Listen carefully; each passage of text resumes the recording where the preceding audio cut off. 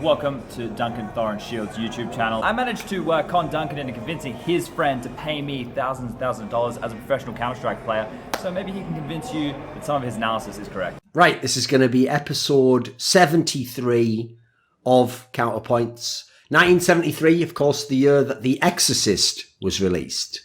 A movie in which someone screamed, "The sour's mine," their head spun 360 degrees, and they vomited all over the screen. But enough about me watching Flusher steal yet another championship in Counter-Strike in 2018. 2019, I thought this shit was done with. Like, listen, boys, I don't ask for much. Like, JW was a star, and Crims was a star. How is Flusher doing this? This reminds me of last year, right? When Exist got kicked off NIP, and I was like, finally, I'm not a hater or anything, but, it was his time to go. And then he goes and stands in for FaZe, wins the IEM tournament, and then people are like, of course, Exist maintains his record as the most trophies won in Counter-Strike history. I'm like, what is it? What is this? What, him? It's not even like Forrest or something. Why does he get to have that record? Like, this is some bullshit. So anyway, the point is, another classic movie released in that year. Anti-cheat still doesn't work, is the point. Well, just get, to be fair. I can't believe you've gone there. I can't believe he's gone there. I can't believe Sean's coming straight out with that. I know, exactly. Especially in light of certain anecdotes that have been recorded to history, Sean, on video of certain people going up to other certain Swedish people in hotels and saying, like, shaking their hands like, "Flusher cheats. Fuck y'all. By the way, PS, fuck y'all. I'm Sean." Wasn't that your team? Wasn't that your team? It wasn't you, to be fair. It wasn't you. Someone else, but yeah. That was the segment within your team. It might have happened. It might not have happened. It might have happened. All Sean's saying is he didn't himself officially ever confirm that that's what he thought. That just was the sentiment within his team. There's been a lot of controversy around Sean's lineups over the years. There has. Okay, let's not go down this rabbit hole. Duncan's already brought us down here live at the major, actually. All I'm going to say is this. All I'm going to say is this, Moses. It is true that after Dazed made that video where he just like tore apart every petty little thing about Shazam, Sean did kick Shazam a couple of months later. Like, I'm just going to say it, like, Sean was like, "Oh, I'm outraged by this." Yeah, it's all right though. Actually, I know. He might be an asshole, but he's not wrong. So anyway, you're out the door, Sean. I'll see you in a couple of years though, when I want a victory lap after I'm done with all this esports shit. Like, we'll get back together. We'll do something. No, so anyway, I'll find us a new home in Misfits. I hear they're going to be coming over. They might be coming back. Why? They're back in the game, dude. Everyone's coming back. It's fucking. I know. It's a get back together party right now in Counter-Strike. Even Fnatic, who's been here, just got the whole lineup back together for the second time. What's up with their reunion parties?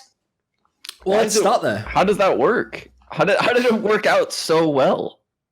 Actually, that's one thing. Let's just start there, actually, because obviously, for people who don't know, this actual show's coming in the wake of Dreamhack Malmo, which obviously was. I mean, I would have to say, in terms of like the whole tournament from beginning to end, has to be one of the most shocking tournaments I've seen in a long, long time. Yeah. Because of the fact that since it took place, like something like 2 days after ESL New York ended, where you saw every single team that succeeded at ESL New York looked terrible at this tournament. Basically, like, even Astralis had moments where they looked really off. Now, there's one thing we've got to start with, Sean, because actually this ties into one of your teams. Way back in the day, when your team came over in 2015 and had that brilliant run in the summer where you had all those second places at all those tournaments, I remember Freakazoid had only just come back to pro play, and obviously he'd never been a pro in the sense of like traveling around the world. And I remember him saying in an interview after like the Pro League first season or whatever, like, people don't understand like the jet lag if you come from the west to the east, as in if you come from North America to like Europe, whereas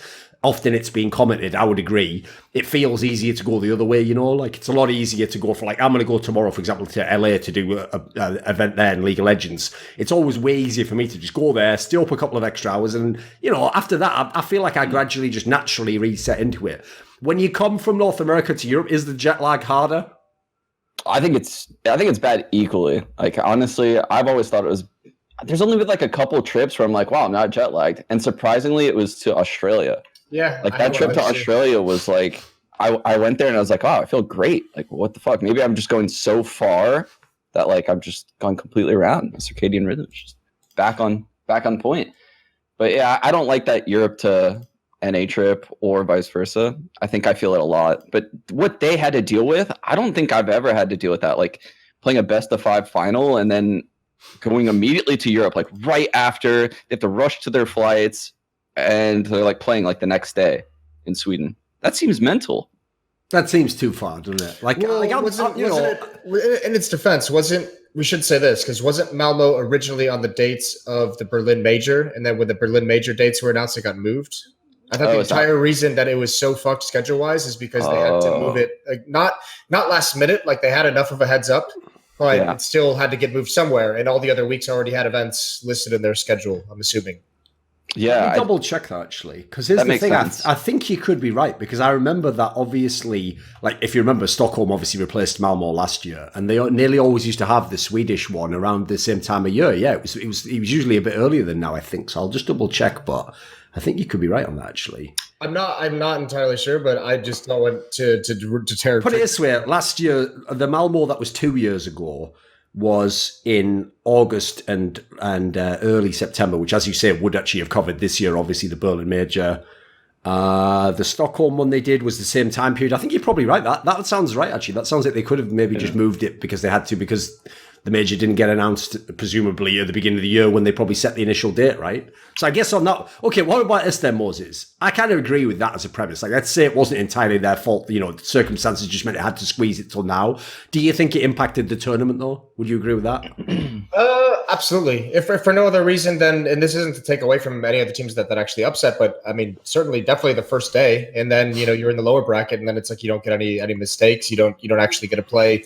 I certainly think it affected EG. I think even Astralis looked really, really sketchy in their first couple days of games. I don't think I casted the Liquid one, so I don't really recall what they looked like. But I don't think it necessarily. I mean, I just think that they would have made it through group stage. That's what I would have expected. But I also think that those teams, like a Greyhound especially, just looked so much better. All the teams that we thought were going to have question marks looked way better than we assumed. So I think it's a combination of both things, but you certainly have to say it had impact on the event. Yeah, sure. Astralis does have that person that's apparently just fixing all their jet lag problems. I don't know how that's possible. I want to know how that works. What's going on? I want to know what that means. What does it mean that we have a jet lag guy that just... What is that? What is a jet lag guy? The thing is, I don't know if you remember this tweet, but a couple of years back, I once did a tweet that was along the lines of like, saying like how many pro players are having problems when they go into events, like getting sleep and that. I remember Dupree, this is a couple of years ago when they were in Astralis though, made some sort of tweet that was like kind of ominous, where he said something like, yeah, we're actually trying some like light therapy or something where you take some device, and it emits like a certain color light that helps you somehow go to sleep. I guess it's the opposite of whatever the problem people say from phones are, where it like lights your brain up if you look at it at night in the dark room or whatever. So I don't know that they ever found a super solution. I think I asked him years later, he said like nothing came of it. But the implication is if there is any sorts of methods you can use, obviously their org is one of the ones that looks into it. Yeah. It made it, the way Device said it, just made it sound like the guy just gives you a massage or something simple, and helps you relax into it. But I even think in a funny way, that's even an angle I would use if I was Astralis. Like, that's an extra way to have mental warfare with people. Even if it's not true, just make people believe that you have the secret tech like that. Like, yeah, oh, sorry, EG. Oh, didn't you do that well? We have kind of a guy that fixes all of that for us immediately. Oh, you guys don't have it. Well, that's a shame. Anyway, see you at the next tournament in fucking China or something. Like, that's ridiculous, isn't it? Like, that would be a pretty good angle to take. To just talk, and then you're just lying the whole time. You've got nothing whatsoever.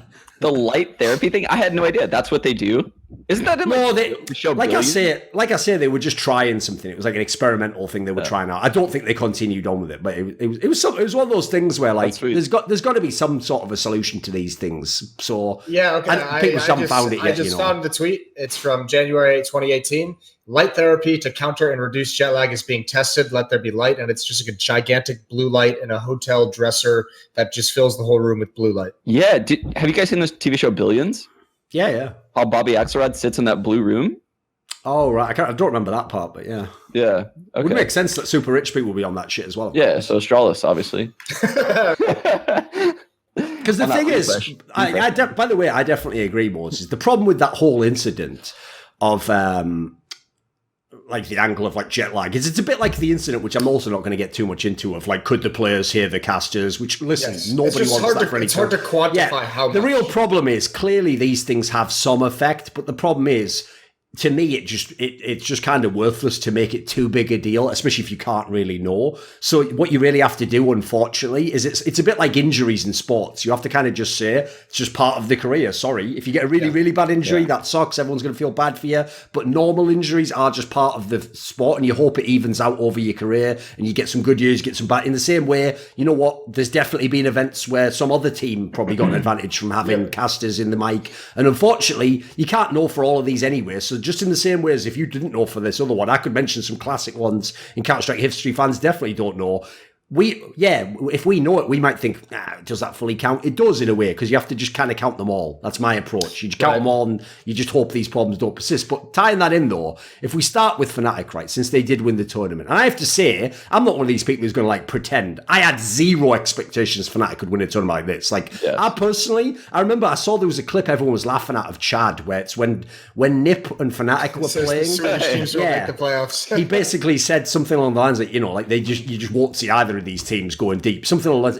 But the problem is, I totally agree with him. Even when I saw that clip after the tournament, I was like, I still kind of agree. I still don't know how they did it. So that's why I said on Twitter, to me, this is almost like Fnatic now, the way they won this tournament reminds me of like that Nip Magic era where they weren't really a top team. Like Nip was never really going to be like top 5 every time they played, but they would have these amazing tournaments like this where some players would just overperform, or as a team, they would just look for one day incredible and just win all these sick rounds.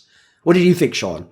Yeah, I honestly, like, I never saw this coming. Like, this has to be the most shocking result I've seen at like a tier 1 tournament. And this is like beyond a tier 1 tournament, in my opinion. Like, it's very stacked. It's so rare that you get this many top teams at an event in like good form, right? Like, we thought EG was in good form. We thought Liquid was in pretty good form. We thought Astralis was in good form. This new Navi lineup looks fucking ridiculous. I mean, imagine someone telling you before the tournament, by the way, at this tournament, there's no Astralis, EG, or Team Liquid in the final. You'd be like, no way, especially with this format. No way. One of them at least. Give me a break. It makes no sense. Like, it's so crazy that Fnatic won this event. So, like, the whole this aged well thing, it's so annoying because no one saw this coming. Like, we should like commend Fnatic for having such a ridiculous run at this tournament, which is what I said on Twitter. Like, this run is so improbable. Like, it's so ridiculous that they won this event.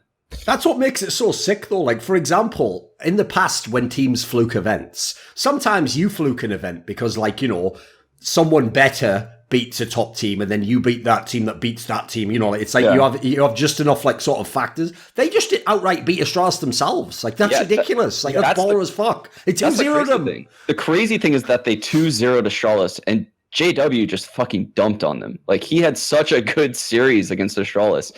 And like, they didn't play EG, they didn't play Liquid, but Vitality looked really damn good in the finals and they beat them as well. So, I mean, like, they obviously beat everyone they could, and it makes it even more insane that they dropped their opening match to ENCE in this event. They just like ran the gauntlet from then on out. It's wild how so crazy.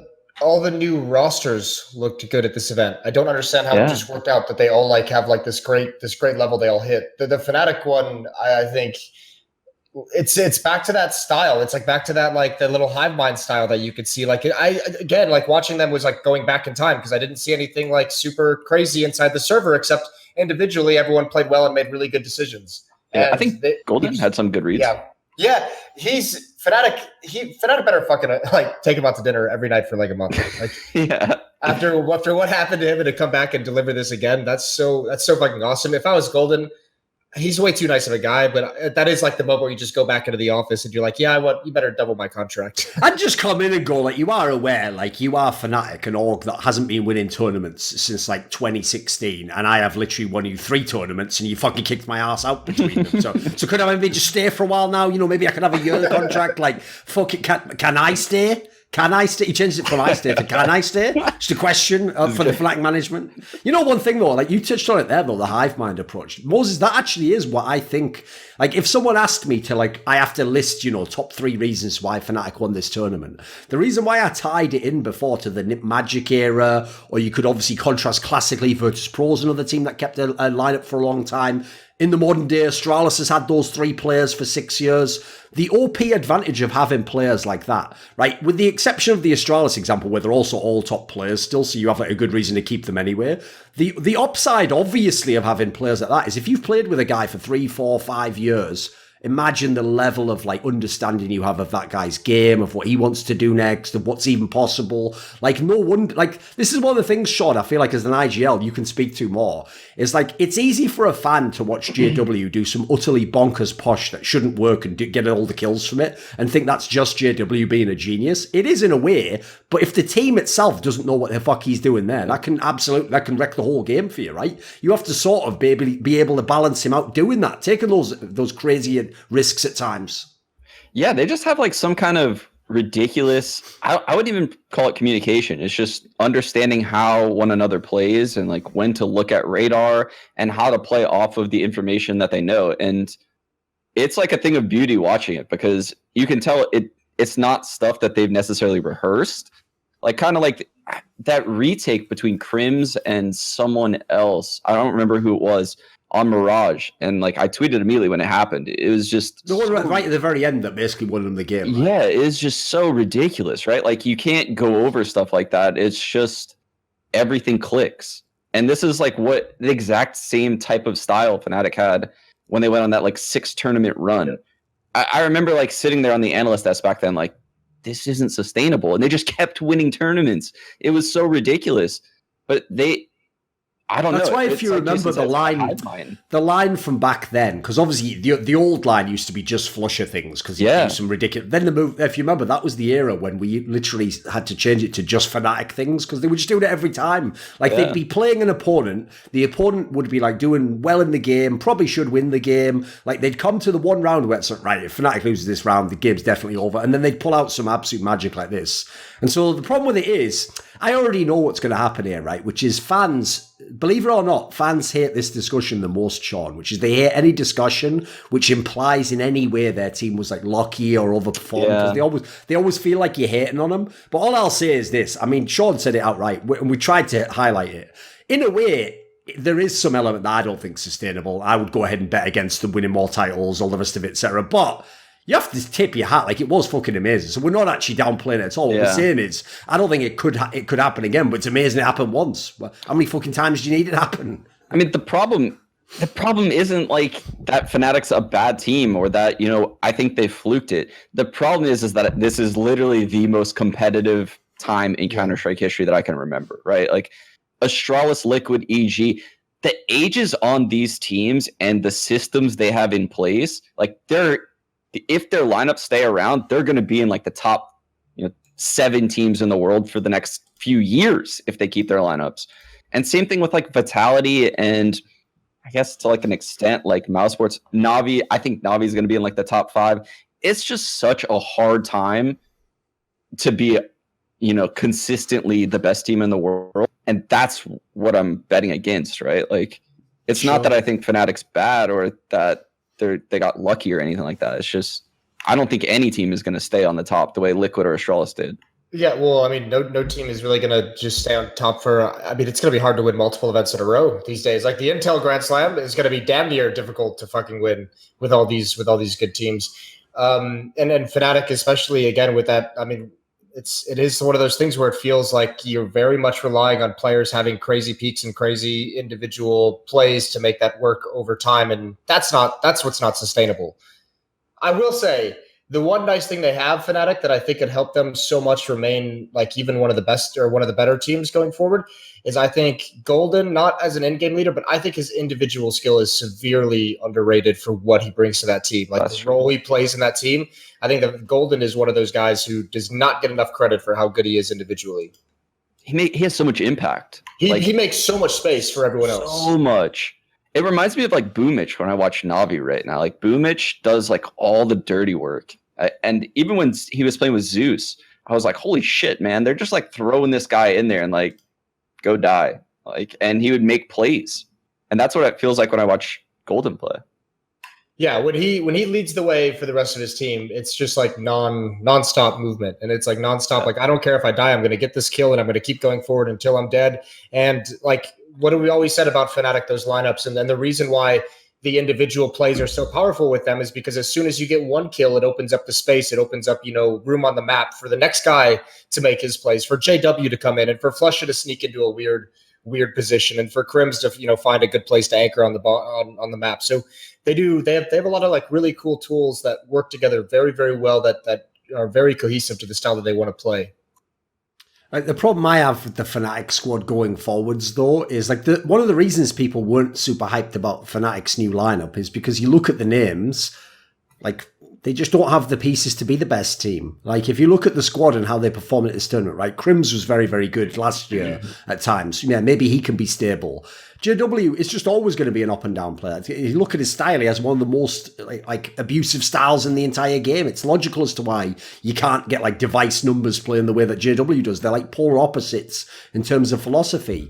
Okay, so then you look at the rest of who's on the team. Like the big upside for Fnatic is obviously Brolan. If he can develop more, then you've got a chance to be better. But that's still like a work in progress. Like to me, I think this is why I always am very, very careful who I give that term to, like prodigy. Like here's the difference. People like Sergey, Brolan, Frozen, these are good players. These are young players with skill who are developing. They're not prodigies though. Like a prodigy is one of those people like Simple who just comes out and they're like almost the complete product in terms of what they can do in the server from the beginning. Like it's unreasonable to actually expect. Yeah, exactly. Like there's only a couple of players deserve that title, and the other players, it's actually unfair to put the expectation on them. So my main thing is that's the main area where I could see Fnatic getting more. It's just that's probably a work in progress. That takes time. So I would expect them, from what I saw of Fnatic here, I would just think they'll be one of those teams that makes for like some great matches. Like it'll be really entertaining to watch them battle people. But I would still expect, the top 5-6 to beat them with consistency, and each time they match up, I think it's reasonable. Cool honeymoon story, but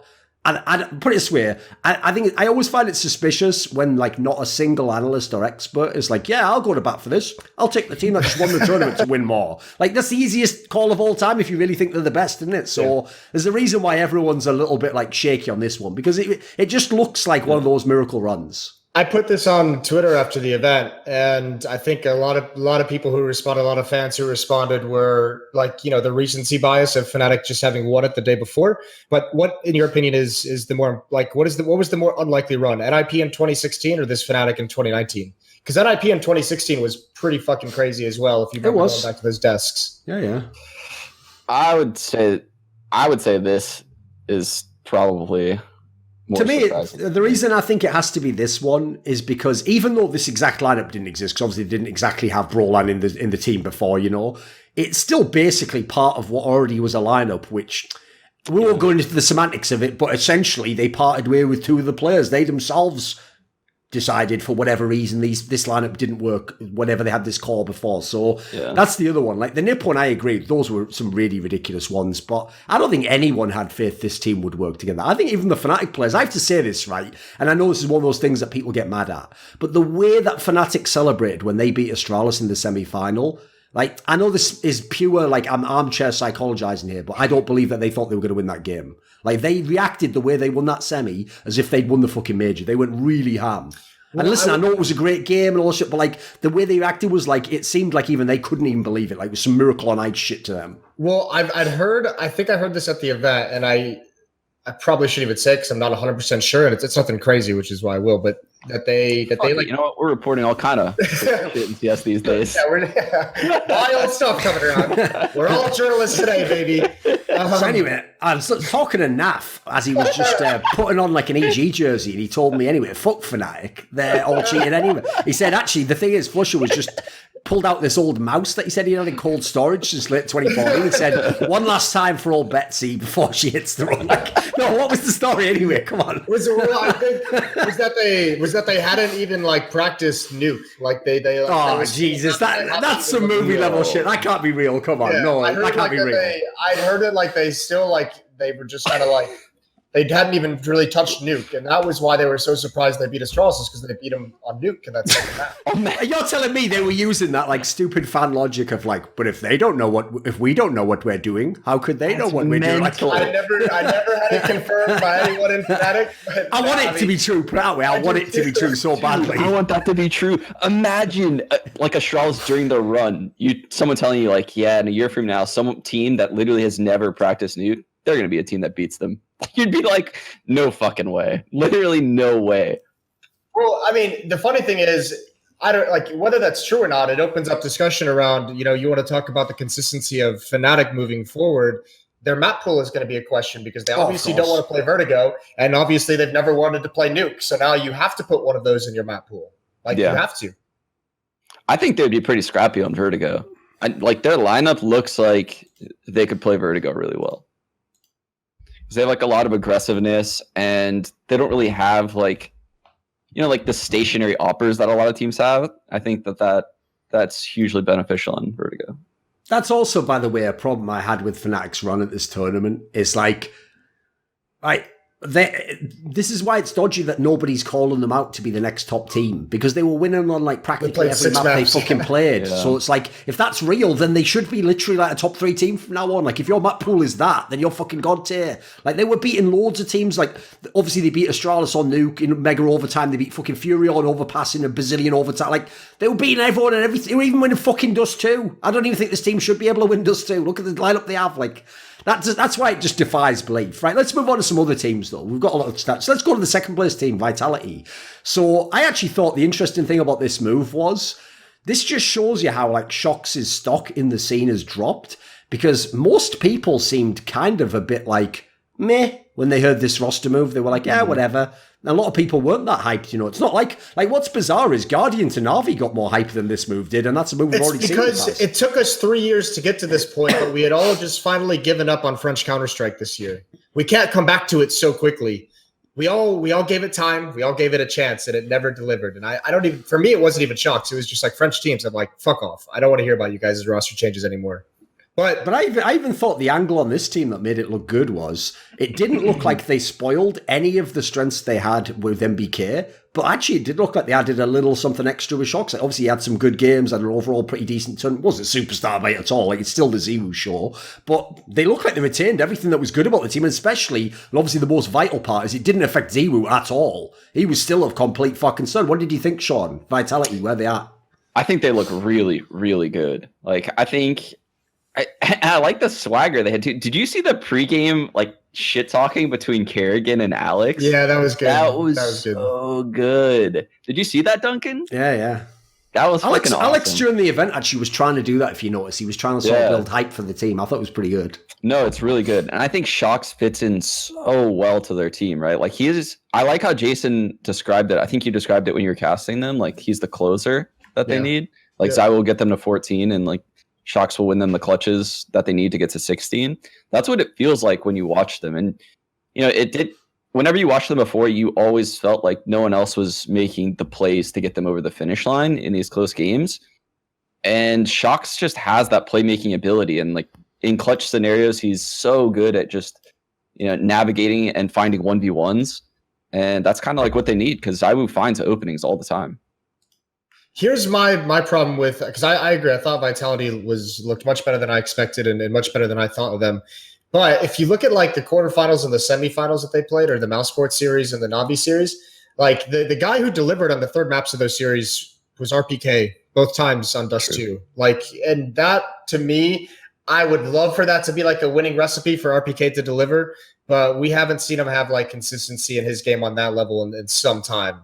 So RPK kind of carrying you through those Dust 2s is going to be rough, but I still think they have enough other pieces to make up for it, even if they don't. My favorite part about this team, we could talk all we want about Zaiwu. I think Alex is just a baller in-game leader. And for whatever reason, I feel like within the next 5 months or so, we're going to be talking about their coach. What is it? XTQZ? Xtaz. Yeah. Xtaz. I think we're going to be talking about him as one of the best coaches in the scene. I think he's looking like he's helped revitalize and retool this whole team to be effective. So it feels like the leadership structure and the tactical basis behind this team is at a really, really good point. Yeah, like I told you, I'd always heard internally within the French scene that basically it was him and Alex. I believe they're even best pals or something, they're super duper friends or something. I think that's even why he came in the team. I'd heard that was part of the thing that changed Vitality from being an okay team, which was just the Zero show, to being potentially a top team where they eventually in the rankings got all the way number 2. So yeah, I agree. I mean, obviously the tough thing is he's not a guy doing all the interviews, so we never really get any info on the English stream, you know. It's incredible. Like I have to find. Oh yeah. No, I know did one about the translated. NBK. Yeah. Oh, you mean like translated? Yes. I mean more like the casual fans don't know. Like you don't seem like Kassad doing interviews, you know. So unfortunately, I agree. It's going to have to come from like analyst type, you know. Like people are going to have to big up what they see in the game. But yeah, the problem is in this scenario is. Like, I don't think Alex is just some super genius IGL who just turned his hand to it and became a god. It looks like it's a combination of he's doing a good job, obviously he's a player, he's good, and then he's got this coach who seems to understand what they want in their team. Like, that was a big move to cut MBK, I have to say. That's one of those moves. It reminds me of the one when NRG cut Daps for Stanislaw. I was like, ooh, I see what you're going for there, but phew, that's brutal, that cut. That is a brutal cut. Ents cutting Alexi as well, and you're saying, Another one? All right. Yeah, you better fucking deliver after Which, this by the one. way, the Ents one's the perfect example because that's the backlash Ents is now getting is what all of these other teams would have gotten if these moves had failed. Imagine if NRG had gotten even worse. Imagine if they just started only going to the top 8 and losing, and Daps was over in Cloud9. Imagine if this fucking Vitality squad had just bombed instantly without MBK. It would be like what's going on with Ents now, where like, basically, until Ents wins, every one of their fans is just going to spam them 24/7. We're like, why'd you move Alexi B? What about Alexi? Like, that's just going to be the narrative, unfortunately. I don't want it to be, but it is. I think Ents is in a really, really tough spot right now because I don't think their players are handling this kind of pressure very well. You can tell by their performances. Yeah, they're not handling it well, and they're not used to being villains. But also the fact that, like, and I talked about this at the major when, you know, Alexi was playing for them. We did that HLTV Confirmed podcast, and they did like a poll, like, do you think Ents will be better or worse with Sunny? And everyone said better. And I was like, no, they're going to be worse. Like, they're going to be worse because they're the number 3 team in the world, right? Like, will they be better than the number 3 team in the world with Sunny? I don't know. Like I said, there's so many stacked teams right now, and they might have overperformed to get there to begin with. Like, I think it was both. They got there. They climbed those rankings so quick because of the major performance. They shot from like middle of nowhere to like top 3 in a single event. That was fucking wild. I mean, that Astralis win though at Blast, like that was legit. That was legit. So the thing is, what you're saying though is also part of the problem and the dilemma if you're Ents, right? Which is, I've no doubt, and I've spoken to them, so I think I can speak with authority on this matter. If you asked them that exact question, Sean, they would just kind of agree. They'd say, yeah, but that's the problem. We don't think we were going to maintain that level anyway. Like we were going to drop off anyway. So as a result to us, it was like, do you wait for it to happen and then have to fix it, or do you just try and get ahead of it and do the move you think you want now? So even though you know, I agree. Like, I definitely don't think they're going to be as good as they were before. I also kind of would agree with the point of, like, I don't know if they could be, because, that was in a scene that wasn't the same teams as there are now. Like, that's actually the thing about this tournament that makes it so fun, is people were already speculating beforehand. You obviously brought it up at the major. Like, maybe this is going to be some super competitive era. Well, you look at the results of the last 2 or 3 tournaments, it looks like absolutely it's on the menu. Like, look how many teams we have now where, like, you take, like, this Vitality squad, this Na'Vi squad, maybe even throw like Mouse in there, the Fnatic team. These are teams where if you went back in time 6 months, these teams would all be like, at least like, we're talking like maybe 3rd, 4th, 5th in the world or something. The top 10 has to have only 10 teams in, and we haven't even talked about Team Liquid, Evil Geniuses and stuff. Like, this is going to be a stacked top 10. Think about how amazing this could be. That's without even, by the way, the Avangars of the world. Who knows what they're going to do? That's what, it's so annoying when all these fans are like, oh, they're a top 10 team. They're a top 10 team. Oh, they're a great team. And then you're like, wait, we now have like 20 teams that you think can win a tournament. Like, that's not the case. Like, some of these teams just aren't going to pan out. And that's what I'm like afraid of with a team like Ents, right? Like, they look like they're in a lot of trouble with how strong all these other teams are. Yeah, already. it's the fact that the other teams are so goddamn strong right now. That is their problem. Like, these other teams are ridiculous. Like, that's the unthinkable part, Moses. Even when you make that move, even if you think, well, you know, maybe there'll be a transition period, you never think you could, like, drop out the top 10 or something. That's on the cards. If you look at the fucking schedule we've got coming up, how many killer teams there are. If you drop out the top 10, it's hard to spin that as a positive no matter what happens. You can't spin that positive, which is what sucks. And then it's just going to get worse, because then it's just going to get piled on. And then you're probably going to start second guessing it yourself. Like, oh God, did we actually make a mistake? Was our logic actually sound at the time? I'd also, as a team, as a Finnish team, like, where do you go to next as well? Like, if you decide we need to make another roster change after all this losing, like, how long are they going to stick with this team? You know, like, what's the next? How do you improve the most if you're Ets? Because it's not just about, Sonny. You have to have other people stepping up as well. So I think their future is really, really in doubt. Yeah, actually, by the way, that's probably an angle people won't know, because obviously Finnish Counter-Strike wasn't a big deal in CSGO. It was always just those like teams with NATO who were like smaller teams that were just, also rans at the majors and stuff. But if people don't know, like the history of the Finnish scene at least is they don't just fuck around for a year with a bad lineup and just keep praying that it gets better. Like if this goes really badly and in 2 or 3 months they still haven't had like a big finals or a tournament, I reckon they just make another cut. Like I know now they're saying all the right things in interviews because you have to give it a try. You only just made the move. But I could totally see in like 3 months or like going into the beginning of next year that they make a different move and they say, right, well, fuck it, that didn't work. So the way out is through. You keep going, you make another move. I think whatever that is. I think you'd have to, and I almost hate saying that because I'm generally not a big fan of of so many roster changes so quickly. But they have at least the one silver lining that the next major is in like more than 200 days or something like that. It's in like May of to next year. Yeah, so stupid. You have like the end of the year to see how this lineup goes, and then it's like if that's shit, then you're like, okay, I still have 2 months to fix it. I still have 3 months to fix it, whatever it might be. Like that might be the one saving grace. And that's probably true for a lot of teams. I'll tell you what, the next team I think that's in super big danger, very similar to Ents is Mouse Sports. I think a lot of people have high hope. Too. I think Mouse Sports looks dangerously poor. Right, let's do this then. Like kind of excitement. They just Here's the thing. The reason why I'm with you is this. Like, I don't know if I've ever told you this one before, Sean, but I have a theory generally on teams that not only do you have to like give them, say, my rough guide is like 3 lands or say like 2 months. I think after that time period, you have a real sense of who they are. So for example, with this Fnatic team, one of the reasons I wouldn't jump to conclusions, I've only seen him play 1 LAN. Like I've got to see a couple of LANs.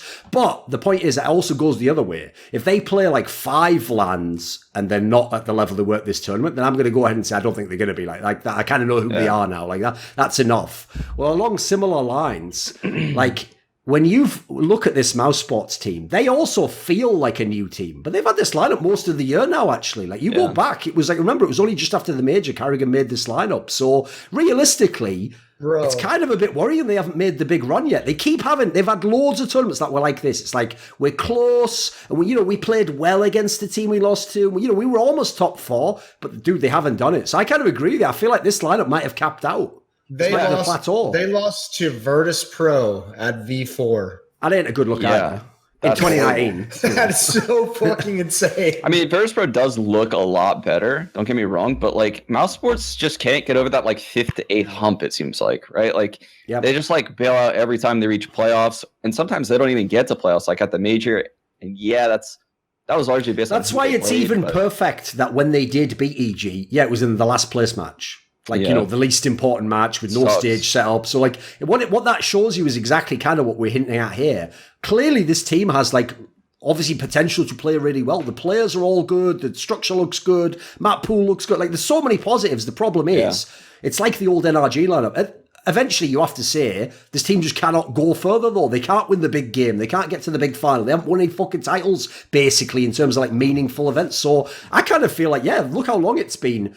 When you consider it's an international lineup and you can make any player change, you have to start thinking about it at least, surely. Yeah, but who do you change? Like, I literally was thinking about this last night, by the way. I was like, Mouse Sports has been, getting bounced out of a lot of tournaments in like 5th, 8th. They probably, as players, are super unhappy with these results and feel like they should be going like a little bit deeper. Maybe they should have won a tournament by now. Like, what roster change do you make if you're Mouse Sports? Like, isn't it? I think there's only 2 players that you look at. The 2 players you look at to start are Woxic and Frozen, and it's not because I think they're bad. Really? It's because I think the biggest, for me, when I watch them, the biggest thing that's holding them back at the moment, and this is a bit of gymnastics, I guess, in a way, because I want to say it's inexperience, but Woxic is pretty experienced at this point. It's just I see them make a lot of mistakes. I see them make a lot of individual mistakes and overextensions and uncoordinated pushes and uncoordinated plays. And I think this is where we get back into that problem that Kerrigan had where as an in-game leader, he is like a player's in-game leader, right? He likes giving a lot of freedom over to his players. And with younger players, that's where it's going to backfire. I think that's where it backfires the most because they try and do too much at times. And that's the biggest thing that I notice when I watch Mouse Sports play. And this is where you'd want to have an in-game leader or a coach who can have some kind of discipline to, like, you stop those plays or at least lessen them, or at least give them the freedom to do it in the right moment. But like, they have to learn the right moment, because at the moment it's just at this point in time, it's just destroying them when I watch them play.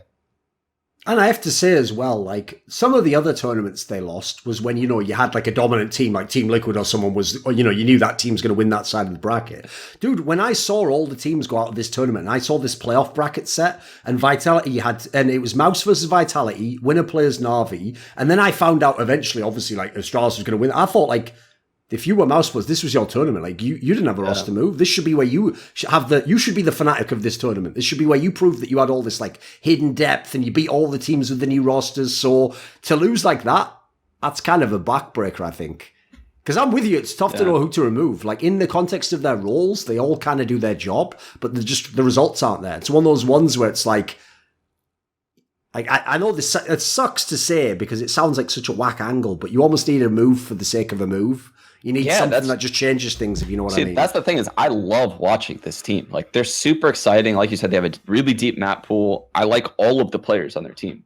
Yep. That's why, like, if they struggle for like 3 more events, it's going to get to the place where, like, the players feel like they have to make a change, or the org itself. I mean, we've known Mouse Sports has stepped in before, right? As an org. Yeah, like, they could literally step in and be like, it's time for a change. So that's what scares me, because it's not like an easy solution. Like, all these players have probably earned their spot on the team in some way or another. And they'll all probably go to another team and have some form of success as well. So, like, I mean, they're going to be commodities. It's just, I mean, what a weird, shitty decision that is to have to make. Yeah, I don't have a good reason. Like, it's been long enough now with this lineup where I just feel like there's something's not clicking. Something's not gelling.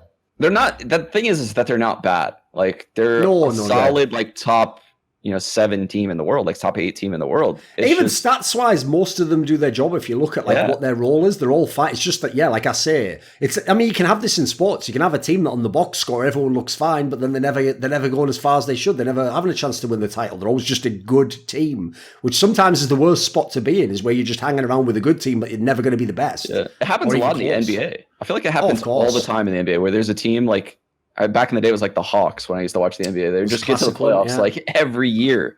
And they just, like, couldn't get past the hump. Yeah. I don't know. The problem, I also think, I agree with you as well. The obvious angle is inexperience, because you look at the big 3 names, it's Voxic, Rops, and Frozen. And here's the thing, Voxic hasn't got experience when it comes to being in a top team, though. He was just doing all those bad teams where, they would, like, you were one and done at some tournaments. Rops is still fairly young, but it's like he's got a couple of years under his belt. Frozen, I give him like a pass to completely. I think he's actually been pretty good in the context of how young he is, etc. Then again, though, the problem is Mouse Sports isn't trying to be a fucking academy team, mate. You're trying to be one of the best teams, aren't you? So you kind of can't just say what I just said. Yeah, it's cool. It's all right for you to just be decent, while you're on your way up. It's like I would just say the big problem I have in this team is if I have to make a move. It sounds rough because Voxic has the best stats in the team, but I kind of see what you mean. Like, the problem is you'd need like a big hitter to come in and take that role, wouldn't you?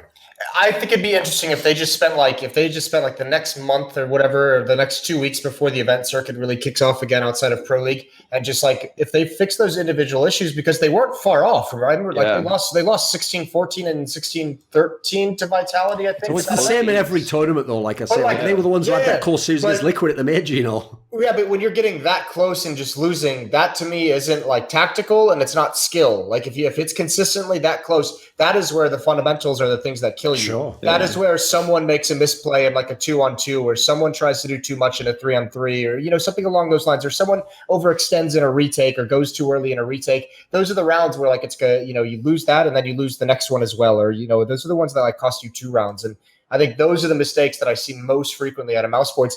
And you never know. Sometimes it happens at like, the tough part is sometimes it happens when the score's like 3-3, and sometimes it happens at 14-14. But like they all just add up over the course of the map. So those fundamentals are the ones that you have to like really be a pain in the ass about and become like, if you're an in-game leader, you almost have to become like, the fucking general and make sure people are well drilled and there's consequences for fucking something simple like that up.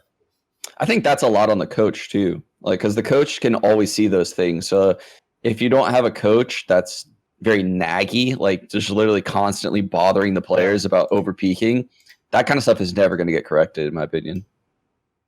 By the way, I noticed that this just shows actually, it's so interesting how like analysis of being an expert goes, because you just see certain trends that go with people that you just totally know if you know who they are as people as to why it's like that. So while, like I said, even though they won the tournament, I don't see any expert like putting their hand forth like, I predict Fnatic to be a top 3 team by the end of, like no one's doing that. But meanwhile, Sean, there was a team that just immediately went out of this tournament in the top 4.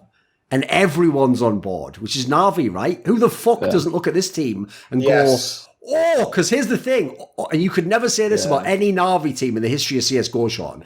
The fragging on this team looks fucking amazing. Everyone can go off. Everyone was having like good ADR, good fragging games. Like, this looks really promising. It's so stupid. It's what everyone wanted, like all the fans wanted for like 5 years now. And they're right. Like they were those stupid ass idiots making rosters on HLTV were right after all along. It's so stupid. But let me go against the grain. At this event, Blade was able to call, was he not? I think the Dreamhacks he can, yes. No, he wasn't able to call, but in a way, he has freeze time to talk. He can't talk during the round. Okay. There you go. But you can talk more than you can over the tournament. So it's really helpful for those new lineups, which actually is another factor as maybe why all the that's a good point. So like with that in mind, if they do this at another tournament, like another tier 1 tournament, I'm fully on board. Like, by the way, I'll just even quickly throw in. Yeah. That's just reminded me. I saw an interview actually that what's his name? I think Zonic did an interview at this event where I saw Moses, and he made a comment which also implies that like the coaches do have more input, because he said something like, like I felt a bit red actually a couple of times against like, I think he must have said Fnatic or something, whatever team. I love your Danish accent. It's not bad, is it? It's getting better. It's getting better. Yeah, it's getting better. So anyway, like you get the point. Like his implication was like and I remember thinking like, wait a minute, you felt red, like you're just a fucking coach. But to be fair, if you're getting to speak way more like they are like that, obviously they are kind of like, it's like halfway back towards what it was before the coaching rule, I assume. Well, also he hasn't been able to do that since the last Dreamhack Masters, so you're not used to being able to have that much input. Yeah. So like he probably prepares the same way he did for an event where you can't speak during freeze time, and then he doesn't have all the information that he could be using, which is probably a weird scenario.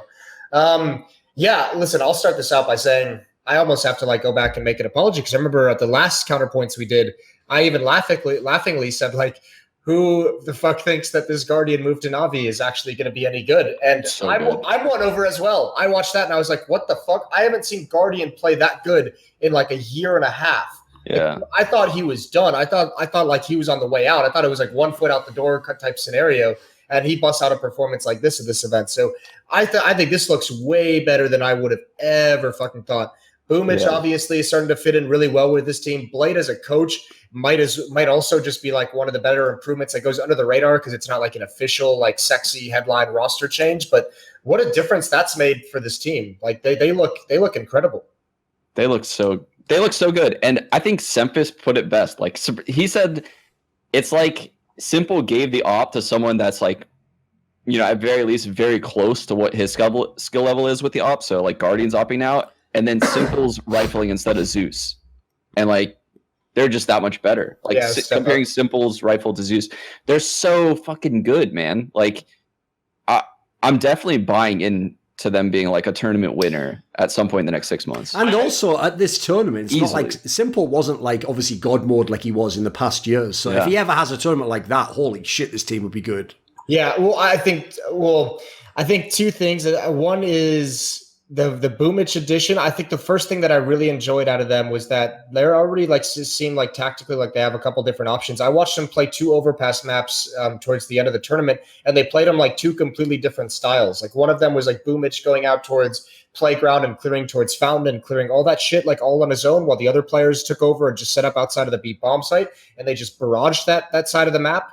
And the other was like way more grouped up and way more emphasis towards the A-bomb sites. They obviously have started already putting in work, and I think Boomich has just been crazy with how bold he is at making plays. So that's really cool for Navi. I will say the second thing isn't really a point about Navi, but I do want to say, can we not let Anders get away with this? Because he knows that everyone is fucking excited about Navi, and he just puts out this tweet saying Navi's going to win the next major. Like, he's going to point to that and be like, see, I was right, and I did it so unexpected.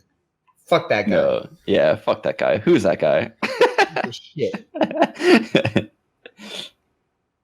No, I kind of agree, because that's the bizarre thing. It's like, even though it's a totally different Navi, like, that's the part you've never in your brain ever had to actually think about, isn't it? What if Simple and Electronic were in a team where a whole bunch of people could frag? It's like, fucking hell, this is a new world. This looks amazing. Well, I feel like we all gave up on that dream, because I remember when Electronic and Simple and Flamey were like the big 3 stars with Zeus in the team, that was always the conversation. That we were just like, all right, well, this is never going to happen. Like, they can't, all 3 of them. Like, this team cannot have 3 people playing well all at the same time. And apparently now they can. So that's pretty sweet. Who was on the team last time Guardian was on the team? It was Simple, Flamey, Guardian, Edward, and Seized. Seized was the 5th. Okay, Seized was in-game leading. So it was a pretty different core overall. Okay. Yeah. Obviously, Really? no Electronic, etc. Ew, that is a... What? Jason, don't do that. No, not C. I like C's a lot. I just mean as a lineup, as a 5-man. You look back now, it sounds terrible. Yeah, in the context of what we know since then, it sounds really bad, doesn't it? Believe it or not, at the time we were looking at it going, why doesn't this lineup work? Because at the time they were all big good names, weren't they? That's the problem. I'll say this. Yeah. That was when they got rid of Zeus, and Valve was like, oh, by the way, coaches can't talk in freeze time. They just got completely... Literally something like the day after us all, by the way. It was something mental, like, right after like that. It's like, that was almost some, like, Gabe Newell level shit, like, proceed to fuck Navi. Okay, thank you very much. Also, let's remove Astralis' permaban and add in a map that they could be good at. Okay. Must be nice. Speaking of which, by the way, there's the conversation I notice has gone awful fucking quiet, which was when Astralis won the major, right? Part of people's discussion wasn't just like, this is going to be a great era. It was like, Astralis is back. It's their time to be number 1. All they won was the major. Like, listen, they've looked very good. Like, going first, second, top 4, still pretty good fucking results. But I tell you one thing about this Astralis team. They look at their peak or close to it when they play Team Liquid. They don't against the other teams, though. Yeah, they look mortal now. They look like they can be beaten by a lot of teams, which everyone does at the moment. Yeah, I mean, they don't look bad. They still look like probably a top. They should win events, 2 team in the world. Yeah, like in order for a team to beat them, they have to like grind out some seriously close rounds, and they have to like barely beat them. The one exception was EG just shitting on them in that best of 5 that was in New York. That was unreal. I've never seen a Astralis get owned like that. I came back from dinner and I was like 16-3 on Inferno. What the fuck? By the way, that's even one reason why I even don't put in like full stock in that final. Like, here's the thing. If you look at the EGNRG lineup, they've beaten Astralis a whole bunch now, so they clearly are very good in that matchup. But just the way that final went even, because the first map, they just completely front ran it so hard. It's like, imagine being the rookie team, Sean, going against the greatest team of all time at a best of 5 final, right? The perfect way to start is you absolutely blitz the first map so hard that you're already up 1 map in the series anyway, and then you're thinking, right, well, fuck it, we could play their map now. Like, that actually was their map pick. I think it was Inferno. Yeah, and then you knew you had Dust 2 coming next, which is your map pick, which is like, that's the dream start. You can't get a better start than that. You want to know the craziest thing about that final that no one really talks about is I can't believe they did this, but like, what was it? 3 or 4 of the EG guys played in the cash show match as well. Yeah, like, they were playing CS for like 10 hours probably. Like, what are you all doing agreeing? Like, I know they had to agree before the event began, but still, like a best of 5 and then a show match on the final day. That's so much Counter-Strike. Yeah, they had to play 2 show matches that day. Dude, that's so stupid. They beat Astralis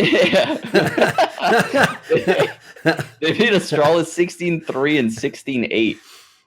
Maybe it was something about like seeing all that green on cash, just like instilled. I actually wasted that joke there, Moses. If I'd have saved it, what I would have done was, now after Sean said that, I'd have said, and then obviously Breezy turned to fucking Glaive and he goes, anyway, thanks for you guys filling in for Team Liquid in the show match, like, when does the final start? It's some stupid joke. Like, obviously it'd be something like that, wouldn't it? Because but the thing is, on the Astralis side, I want to ask about that though. What do you think, Sean? Because Like, that's the weird thing is, like, even though at the times, like, in their best games, they look amazing again, obviously. Like, they have all those fucking clutch elements. Like the part about New York, even though they lost the final, I can't get over all those amazing moves fucking Glaive was making on Vertigo and Overpass, like, just reading the fucking soul of Team Liquid. Yeah. So when they're at their best, they look amazing. But like you were saying, they can also look so mortal, and against teams that you don't expect it at all. Like even the EG one, I was willing to accept that because I thought, fuck it, maybe EG is going to be the best team now.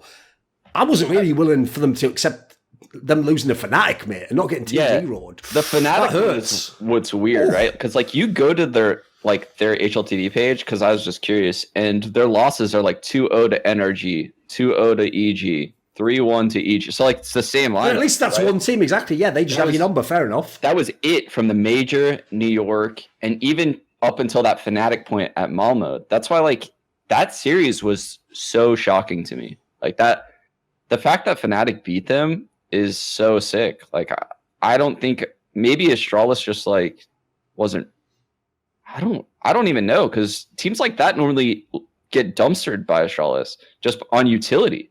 Like, new teams, I don't know how Fnatic did it. Like, that loss makes me question, like, everything I know about Astralis right now. Like, I don't get it. Like, how did they do it, Jason?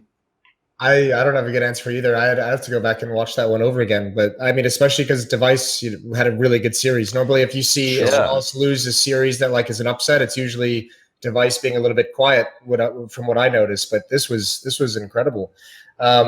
I don't have a good answer. I guess the biggest one is JW had like some fucking ridiculous series against them. Like he was fucking mental. And we know, like, with the play style and the style that Fnatic like to bring out, if you have one player who's going off like that, everything else gets stronger as well. Like, everyone else does better as well with Fnatic. So I don't know. I'm wondering at the moment if there needs to be some kind of like shift in the way we talk about top level Counter-Strike, and we'd have to see some more time period like this. But like, I've said this before and it hasn't panned out, but like it's another one of those things where it feels like the eras that we always discuss, like it's going to be so hard for a team to establish like 3 to 4 months now. So I'm wondering, if you look at Astralis's period last year and Liquid's this year, the biggest thing was like just that some individual level of like 2 players hit some kind of crazy peak.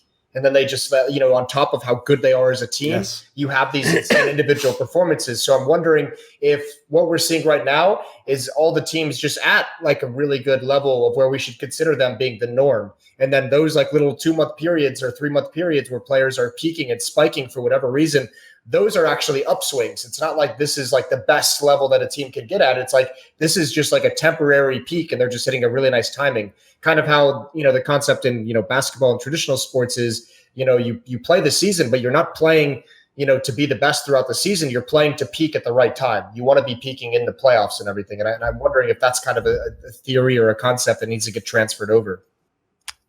Are you guys down to make a bet right now? Come on. Okay, so we each pick a team in the top 3 right now. EG, Liquid, and Astralis. Who's making a roster change first? I'll literally take any of the 3. So wait a minute, because here's the problem. Like, I know all 3 are equally unlikely in my opinion. No, exactly. So, that's why one is going to happen. Like, it's not like these lineups. Oh, of course, yeah, you're right. No, put it this way. Like, I don't even think it has to go that long. Within the next 6 months, guarantee one of the 3 makes a move. Yeah. That's why, like, if I'm Jason Lake right now, I'm just waiting for, like, an EG or Liquid player. Here's the sad thing, Sean. I gave Jason Lake directly this advice because, like, it's not like he told me something private I'm going to reveal. I'm just saying what I told him. But I gave him the same advice I told Jack years ago in Cloud9, but no one ever listens to me. The advice is this. Since in Counter-Strike, we don't have poaching rules. It's not illegal to go and ask a player, like, do you want to play with me when your contract finishes? Like that. All the stuff in traditional sports that stops you from doing that doesn't exist. I told him what you do is you go to teams like EG, like Team Liquid, and all you do is you say to the players, how long's your contract? Like, is it for another year? Is it for 6 months more? And then just like a traditional sport, whoever gets kicked out of that team, like put it this way, almost anyone from Team Liquid you'd take tomorrow if you're Jason Lake, right? Any player from that team. Anyone. You know what I mean? Yeah. Anyone from EG or Liquid. So whoever it is who gets kicked out, you should be ready and waiting with that fucking blank check, basically. Like, you're the guy I'm going to build my team around. Come join me. Because I agree with you. Anyone from that line that comes, I'm taking instantly. You know what he should do? So, obviously, the rumor is he offered Alexi B $1 million over 2 years. The baller move would be to have a briefcase with $100 million in cash. and just open it. Who says no to that? Right, wait a minute. I like this. Because here's the thing, Moses. This is a scene from Dodgeball. I've seen this scene. Moses. Here's the thing. I can't lie. It sounded stupid at first, but here's the way he's actually right. Is if you're just sat there, right, and you say to Alexi B, like, of course we would offer you the highest salary in the industry. We'd offer you $1 million. That would convert to. I'm going to make Who says no if they see the money? That would obviously be 800,000 euros per year. But yeah, exactly. If you just go like, and here's what I'm willing to offer you, and you make it like an 80s movie. You put on that like classic Samsonite briefcase. Yeah, exactly.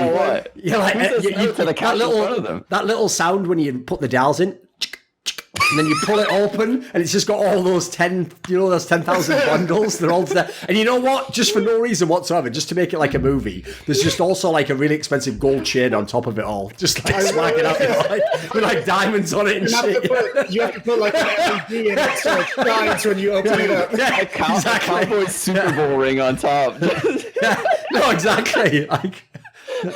Because I can't lie, even on some fucked up level, probably because of movies, that would in some way influence you more, wouldn't it? It'd make, because in your brain even you'd be like, but I want that briefcase. You'd at least be thinking that, wouldn't you? And also you say that to them. You say, listen, you can leave this room with this briefcase. That's the closer. That's the closer right there. If you just sign this piece of paper, you walk away with this briefcase. Yeah, it's like all the taxes have been paid, non-sequential bills. It's yours. I mean, Jason can attest this. It's like your first time like winning a tournament or something. You get that big ass check. You're like, fuck yeah, I get the big check. And then you're like, wait, what do I do with this? We got to throw it away, man. Except in my case, in 2003, that big check was still at like $700. So, the big check for like $1,000 back in the day. Oh, fuck. Yeah, he's... Who would you pick of those three, though, Moses? Because I agree, it's a tough choice. Liquid. Here's the thing, by the way, so we should obviously address this, right? Can this I is not and you leave you with a Yeah, but on this one, Moses, this is obviously not in line with that particular report. Because as I said, I actually think that's a very, very interesting case because it's one of the only times I've ever seen. Normally, when people don't agree with like a report or a rumor, they just behind the scenes go, I hadn't heard that. But I can't believe how many people would just like go out of their way to be like, I've never heard of this. It's like, all right, fucking hell. Like, plenty of shit I haven't heard of before, boys. Doesn't mean it's impossible. But like, obviously, you're not saying it based on that, right? It's based on the idea that eventually, I mean, I'm not against you, mate. If you look at the way these teams talk in interviews, Liquid's the one that sounds like it's going to make. Well, that's the thing. I mean, it's kind of a weird pick for Liquid because I don't think they're necessarily close to it, and I hope they don't. But they are certainly the easiest one to see the possibility of a roster change because they've had probably the most disappointing results of the past 3 months or so, or 2 months or so, whatever it might have been. I think Astralis, with the amount of success they've had in the past 2 years, I think it's going to take something monumental for them to make a roster change. Yeah. That lineup probably thinks they can work themselves out of any fucking hole they're in. And then I think EG, I think those guys are just like way too good of friends, as silly and is. And they only just got there, haven't they? Like, come on, man. So you only just got there. Do you make a change immediately? I don't know about that. My worry about EG is just how young they are and how young Chet is. I'm a pet. He's like, what, 22? Whereas like the other teams at least have like a mediator coach that's like a bit older and more experienced. So I'll say this: my biggest worry with only thing leaning towards them is they got those contracts and had them signed within like 48 hours of getting those contracts. Yeah, like I'm wondering about what's in that contract because they had to make that move so fast that there's not enough time for those to get properly. Oh, and by the way, let's be real. One of the other big problems with this scenario is in a world where Team Liquid does make a move. What, you thinking EG isn't thinking what I just said earlier about Jason Lake, Sean? Yeah. Like, the problem is Team Liquid making a move could make EG make a move. Because whoever they kick out, EG could potentially say, bring him to our team. What if the one guy who ends up on the cold of those two teams is Stanislaw, and then Jason Lake's like, fuck, I can't bring him back. that would be pretty epic. True. Dude, Stanislaw looks like a totally different player, by the way. Like, he has so much fire in him now on stage. I fucking love it, man. Like, I think he knows this was his last big chance, and he had to make it like a really good impression. I don't know. I think it's something with the players. I mean, with like the whole like because it was the same in like Optic. I'll say this about the teams like the Optic and like the EG that Stanislaus led to like trophy wins. When I watch them play, I can't really see how they do it. Like the play style and the thought behind it is so different from how I think about Counter-Strike that I'm just like, how are they winning these trophies? How is this like a good team? But they are, and like you can't fuck with the trophies. You can't fuck with the fact that they're going to be up in like the top 5, top 3 for some time. But when like the style of Counter-Strike that they bring in my brain, I'm just like, this shouldn't be good. But the players are so fucking good. Like Breeze is playing. By the way, the amount of pros that walked into the green room to like have a chat at some point in Malmo that talked about how like Breeze is one of the best players in the world is unreal. Like players from Astralis, we had players from Fnatic, we had players from NIP. Like so many people were just like, holy fuck, this Breeze guy is insane. Absolutely. And also he's got that classic thing that you also need to be a superstar player, which is like he knows exactly in the game where he's going to get all his frags. Like he looks so comfortable, it's ridiculous. I even think, I agree, their T-side style is, I can totally see now why Stanislaw always has this rep as like he's a fucking mastermind in game leader. Because if you look at what he's doing, he's not just running executes every round. Clearly some of this is just like a fucking mid-round call, like right, now, super hard. But like the amount of times they basically just like hard rush a site and win against shit like top-notch teams is ridiculous. Like that style isn't even supposed to work anymore. It's almost like Virtus Pro levels or something. They can brute force their way into it. Feels like any. So impressive, isn't it? Like the amount of times I've seen them win gun rounds against Astralis on train, where it's like this is Astralis, dude. Like they normally crush it an attack like that. Dude, it was so funny watching EG play like FaZe, right? Like FaZe just has these players that have this aura around them as being like untouchable in like the new Cold Zero lineup. And like those EG players are just so fearless in the duels, man. Like when I watch them, it feels like every one of their players knows for a fact they're going to win the duels they fight. Like they're so confident. Like they're so confident in taking individual duels and winning them. And that's what it makes them so exciting to watch. And I think whatever Stanislaw did with Cirque, holy fuck, man. He's on another level right now. He is so sick.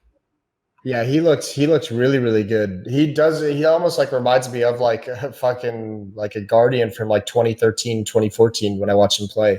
It's pretty nasty what he's able to do.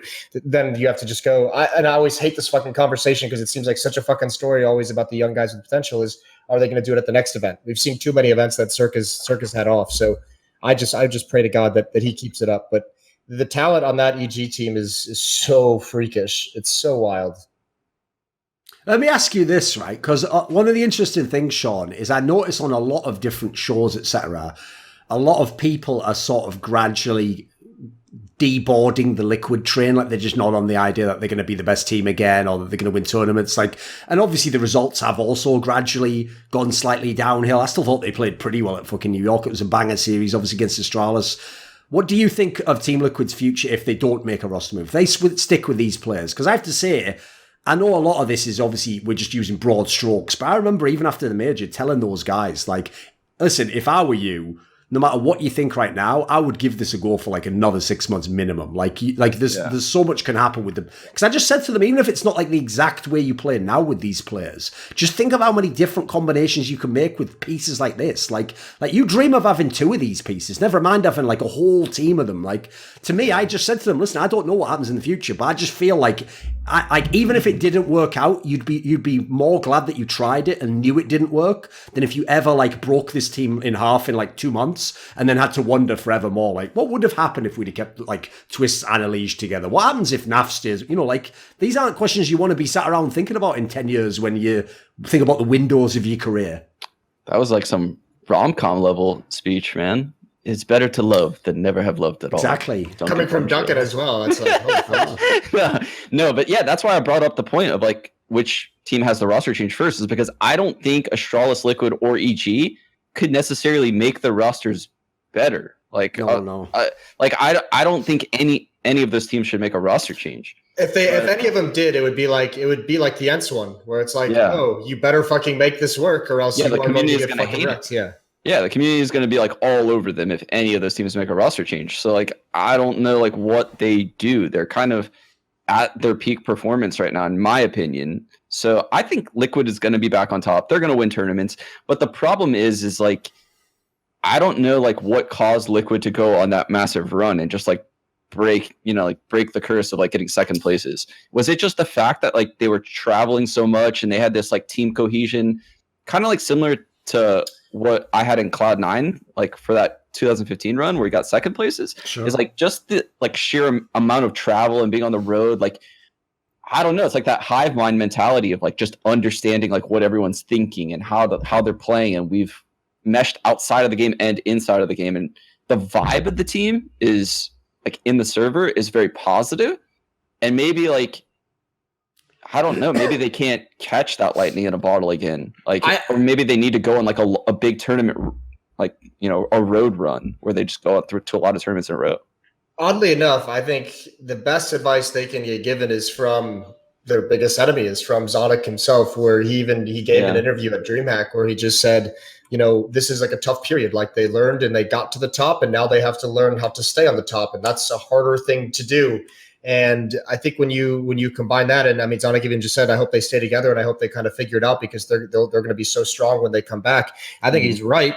But, you know, if you look at all the interviews of Team Liquid, yeah, that sounds less confident. But the big thing they're all talking about at the moment is, you know, what did Twist say? Like at the major, like we made a bunch of new stuff and we're coming in that we've practiced and new ways to play these maps. And we really think it's going to be effective. And they've talked about how they're trying to adapt a few things. And I think their biggest obstacle at the moment is themselves. I think they're probably trying to make things too complicated, strategically trying to switch up too many things.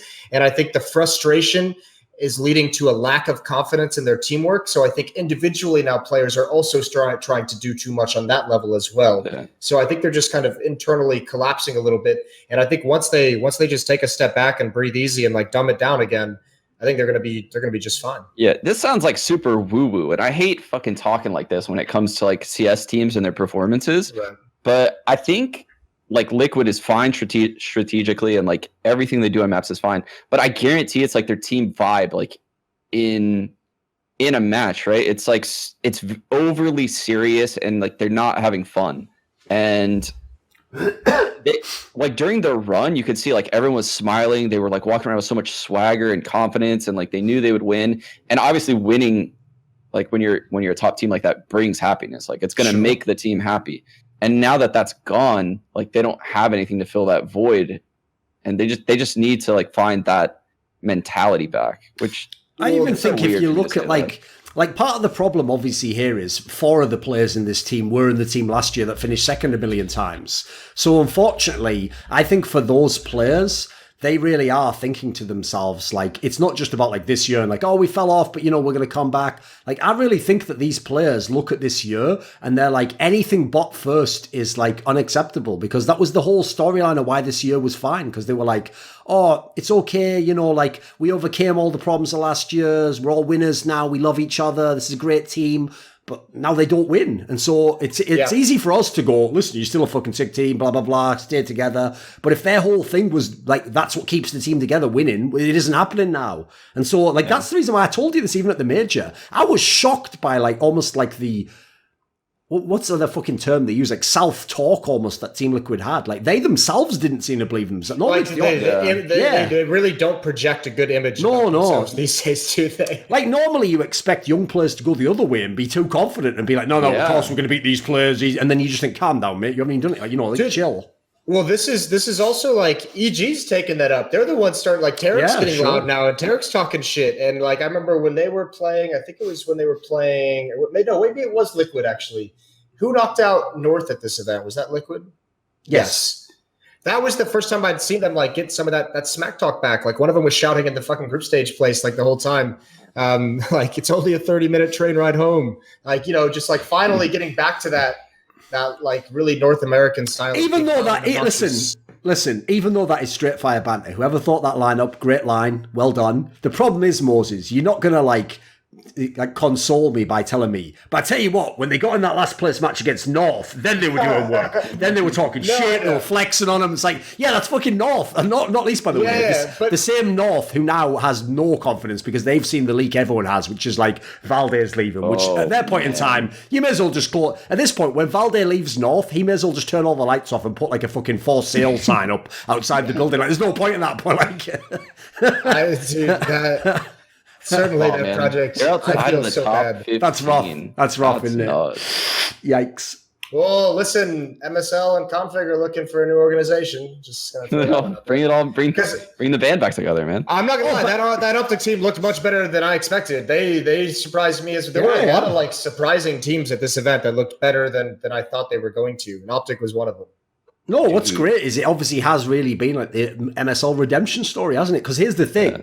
People don't look at that team and go, yeah, but he has Config. It's like Config hasn't been Config for a while, mate. Cage and B, years ago he was an elite player. So I actually think MSL gets a lot of the credit for this team coming back. The guy just knows how to run teams. Dude, MSL is such a good in-game leader. Can we bring back the Epicenter North?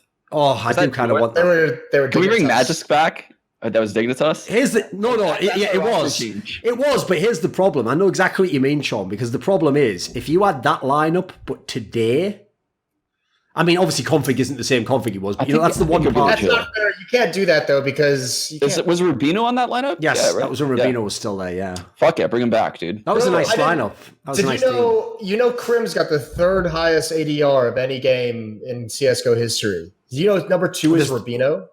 Well, I would have never guessed that. Do you know what's the number? I'm assuming it's the one where he stood in for Astralis for that one game or something against FaZe. I thought you were going to tell me like World Edit was number 2 versus me. As long as they've removed World Edit like from that, exactly. I wouldn't do you like that, Sean. He was actually number 1, so give fuck. Was he actually? Was he actually? Oh, right.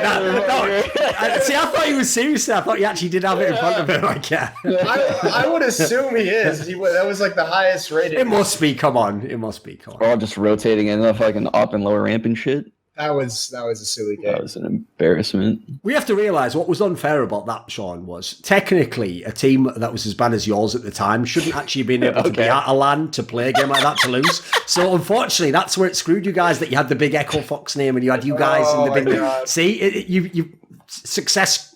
You were suffering from success. Exactly. Some would say we were the beginning of the end for Echo Fox. That's what caused them to close the doors. So Moses, my question for you is this.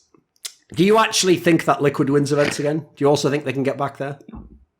Well, I think they can. I know they can. They definitely can. We've seen too much out of this lineup to say they can't. The tough part is it's always those like small psychological problems that like I think really fuck with teams because those are the hard ones to fix. Those are the really difficult ones to fix because I still think they have that issue that we always talked about with like even when Taco and Zeus were there is the attitude issue. And that's what made it so spectacular talking about like how much swagger they were carrying in interviews and around events and everything. They're back to like not having that swagger anymore. And the only person who brings it is really Stewie. Mm-hmm. And like, on the previous lineup, it was Taco and Zeus who brought the swagger. And by the way, we have 4 players and even Adrena's the coach who are not like high energy, aren't like, they're, I don't know what the word is. They're not, they don't have any like charisma. They don't have any like charisma to like their interviews to their game. Like they have nothing. By the way, I even think that surely has to be a storyline we have to talk about. Listen, you ask Q himself, but you watch his games. He's had some bad tournaments the last couple. He's had some games where he's been off. He's had some games where he's whiffed, where he himself looked a bit rocked. So, like, I personally thought he was the guy against Astralis when they played that semi at New York who looked like he had the worst game. And he even you could see it on his face, like when he whiffed some of those shots. It was like, fuck, that was the round, like, If he's your confidence guy, though, and he's the guy having a bad game, you can't have that. You can't afford that. No, but this is where, and I'm going to just come out and say this straight up at the start of this. I'm a bit of a Stewie 2K apologist in this scenario. I will say it is one of the most frustrating things in the world if you have to be like the confidence and attitude guy and your team is struggling and you are individually struggling because you have to put so much energy in being the guy that like keeps the team atmosphere at a good place that you don't have that energy to like put it towards your own gameplay. Like that's resources you're dedicating elsewhere that you just don't have. So that's such a tough situation to be in. And I think mentally it really weighs you down. Like that frustration of having to be the guy while struggling, it's like why can't someone else fucking do this? Like why am I still the one who has to be this person on the team? And that's why I think Liquid needs like a mood change, right? Because I dealt with this in Misfits, and I agree with Jason. This is like a horrible scenario that Stewie has found himself in, where like in Misfits when we had the 2 Frenchies on the team, and then Shazam and Sick, there's no one like bringing up the mood. Like there was no one like cracking joke because the Frenchies were pretty quiet, and then Sick's quiet, and then Shazam is just kind of like, like he's laughing, like joke around with me a little bit. But it wasn't like Cloud9 where we had like Freakazoid and nothing. Like that vibe that you get when you have players like that is like unmatched. And it looks like EG has that vibe. Like when I watch them, like Cirque is like kind of like the jokester. And it's good if you're in-game leader and the guy that, you know, is critical isn't in that position. Because how am I supposed to elevate the mood as like an in-game leader if I'm the one criticizing people? And I think Stewie is probably pretty critical if I had to guess. Like he seems like a perfectionist in the game. So it's a weird scenario where like they need to somehow, you know, change that, and it seems like such a difficult thing to fix. Yeah. I don't know how you do it, because obviously, I mean, I haven't spoken to any of them or anything like that about this, but like, again, that goes down to the roster change. It's like, even if you decide, you know, we do need to find a way to increase the mood, it's like you can't bring anyone new. Like, where are you going to put them? You already have like a coach as well. Like you have a Dread there, so you can't even bring in like a Zeus type coach who's going to, like a Zonic type coach who's going to know how to hype you guys up. So it is a very, very interesting situation for Stewie to be in. But you know, that's why I just think that those kind of problems that seem to stem from mentality are often like, they're like paper cuts, you know, or it's like getting a splinter. It's just like that annoyance that is just so hard to change or get rid of that you just can't find a way to get around it. So that makes me a little bit worried. But I mean, just to go back and answer the question, yes, I do think they will win another event before the end of the year. I don't know how many, but I think they'll be back to lifting a trophy before the year's over. That's probably the most interesting thing, actually. I think, thanks to the most recent 2 tournaments we've seen, is it actually doesn't look like, to loop back to what you said earlier, it doesn't look like there's any one team who should dominate. None of them look like they should dominate. No. That's why I think the cool thing is, I just hope they all get to like really good levels in their own strengths, and then we have all these great matchups. Then like, you know, yeah, if EG plays Astrals, maybe they beat them, but then maybe fucking Team Liquid's going to beat EG. That's pretty cool. And then we've got all the other teams you can throw in there as well. It could be so insane. Well, listen, this is an interesting one. You want to know? We talked about ENCE being like a team that's at a critical stage and like critical, you know, downfall. Mouse Sports is up there as well as a team that we can be worried about dropping out of the top 10. FaZe has got to be a third team that's up there. Like, look at every other team improving around them, and we still have not seen sign of FaZe improving. Yes, the roster changes one event under their belt. It's still been very, very recent, and they haven't had a lot of time. But that's a team where the next time we see them at an event, it better be impressive, or else, you know, it's almost like the alarm bells are going to start ringing. Like, they've had a lot of runway to get this working, and this, I think, is like the last one. And by the way, if it doesn't work, they thought they hit rock bottom before, but if you bring coldzera into this team and then don't make it work, that's a whole different rock bottom. There's never going to be anywhere around that. Like, think about it. Even if you have the angle, listen, they don't have an in-game leader, proper in-game leader. That's obviously like a big blow. But I agree. If you have Nico and coldzera and you can't even get like good, how are you ever going to explain that? Yeah. History's not going to look kindly on that. I mean, you don't think FaZe will be back towards the top, like in top 4s? Like, do you think they'll make top 4s? With all these teams, I kind of feel like they won't. My problem is this, Sean. First of all, I don't even know if you can guarantee that coldzera and Nico are both going to play well. Like, I have no clue what happens when you put 2 players like that together. Yeah, they're from such all alien worlds, you know. I agree. Like, based on their results in the last like year, maybe in like 18 months, I'm inclined to say no, they're not going to get there. But I have like so much faith in Yanko. Like, I know this sounds like stupid, and it sounds like I'm just doing this because I know Yanko and I'm his friend, but like, I think I have like faith in him, and I'm shocked that like they haven't had like a solid roster for as long as they have. And I think now that they have a solid roster, I think Yanko can like structure them in such a way where they can, you know, make runs. Do I think that they'll be like a top 2 team in the world? Probably not, but we'll see. I feel like eventually you're still going to have to cross that bridge about who the IGL is. Like, surely it can't just be Nico for the next 2 years. It just seems unreasonable. Yeah, but here's my biggest fear with FaZe, and I'm with you, Sean. I have immense faith in Yanko just because I've talked about the game so much to him. I know he's super, super smart, and he's really hardworking. But I'm with Duncan. You need an in-game leader. And how do you go to FaZe and ask them for the money to get an in-game leader after you just bought out coldzera? Like, that's supposed to be like the feather in the cap, right? Like, that's why you make that move, is because that's the one you need. And what worries me the most about coldzera is he strikes me as I've said this on I think a few broadcasts, but he strikes me as the kind of superstar that needs structure and things built around him. Like, he doesn't strike me as like the Nico and the simple who's just you can put him on the map and say, go create something and he's going to do it. Remember, he's always had Taco next to him. And that duo might have been like, that pairing might have been overhyped, but he's always had players and some kind of structure around him. Now you put him in a situation and he's got to go create on the map with a FaZe team that's going to be playing a loose style. I'm just interested to see how he handles that kind of a game style versus, the MIBR one. If you remember, when he was just about to leave MIBR, when he was like benched and he did this like famous interview, everyone remembers like what, it's like a month and a half ago. It was during the major, if you remember, right? At that point in time, if everyone remembers, one of the really weird things he made a comment about in that interview was he said something like that, like Fallen should be like, grateful that he played with Cold Zero, something bizarre like that. And I remember reading that.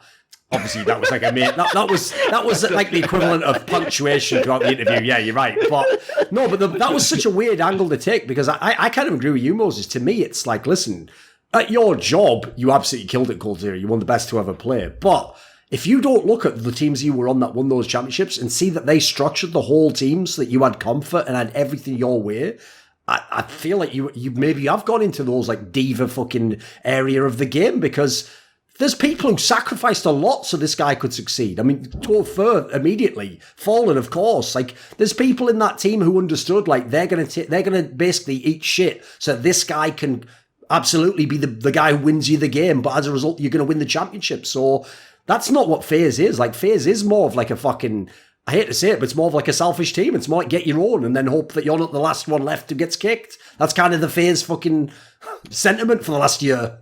It does kind of seem that way. Well, go ahead. The next problem I see for FaZe is Guardian's given a couple of those interviews, and like, first of all, Ents should be taking notes on how Guardian gave interview about his departure because he said everything right, and he's not blaming anyone. He's just saying there was something wrong with the team. But if Guardian, who looked like his career was over for the past year and a half, goes to Navi, starts playing well individually, and that team starts playing well as a unit, then all eyes are going to turn back to FaZe and be like, look at this guy. Look at what he's doing. Look at the trophies he's lifting. Look how good he's playing individually. He's back up to 20 to 28 kills a game. How did you guys have him and not be able to make this work? And I think that even, I don't think it'll add pressure onto the FaZe players, but from a public perspective, from my perspective outside, I would just be like, holy shit. Like, there really is something that's not working well on that FaZe team. And there's obviously two sides to stories, right? I know the FaZe players probably read those Guardian interviews and say that's not the whole story or that's kind of bogus or whatever. But like, you can't mess with the results if that's what's going to happen in the next 2 to 3 months. I think we'll just leave it there actually because Sean needs to go in 10 minutes anyway, right? Yeah, I think so. Oh, yeah. Do we want to talk about MIBR? Because we did not mention them even a little bit. Yeah, we didn't mention them a little bit, and I watched them at ECS, and I was just like, if you have something to say, let's fucking do it.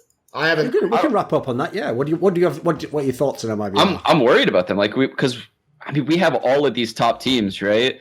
And it's not like MIBR has low expectations for themselves, where like they want to make like playoffs. No, like these are guys that want to win tournaments, and I'm looking at their recent performances, and I don't know how that's possible. Like, how do you see it happening, Jason? Like MIBR winning a tournament?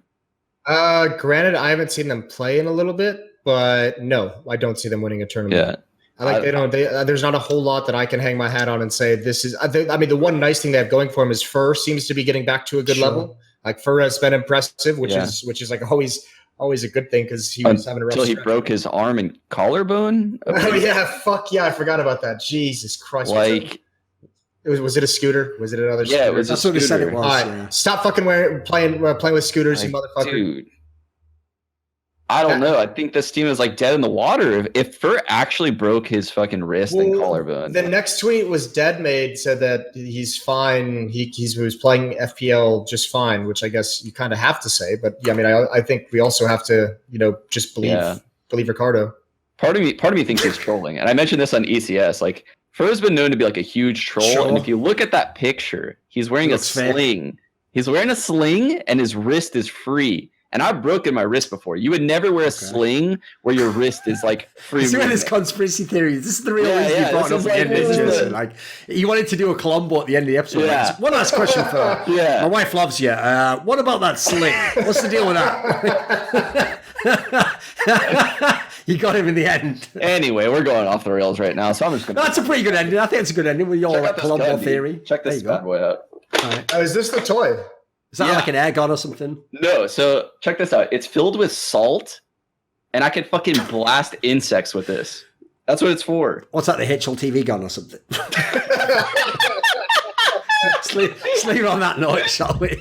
This video was kindly supported by Alexander Rao, Alice the Alchemist, Blunt Smoking Anus Destroyer, Dane Cuskley, Dean Tanglis, Chi Mao, JDubs, NateDOhDoubleG, OllieJ, Patrick Ribeiro, Tobias Bernasconi, Who the Fuck is Viathan, and special thanks, as always, goes out to Jerky's Minion. Do you want to suggest a topic or a guest for my content? Maybe you want to ask me a question in my monthly video AMA. Do you want teasers for the guests for my upcoming content? Maybe you want to take part in a discussion with me about esports. Well, put your money where your mouth is and join the Scrilluminati today at the Patreon link in the description box below.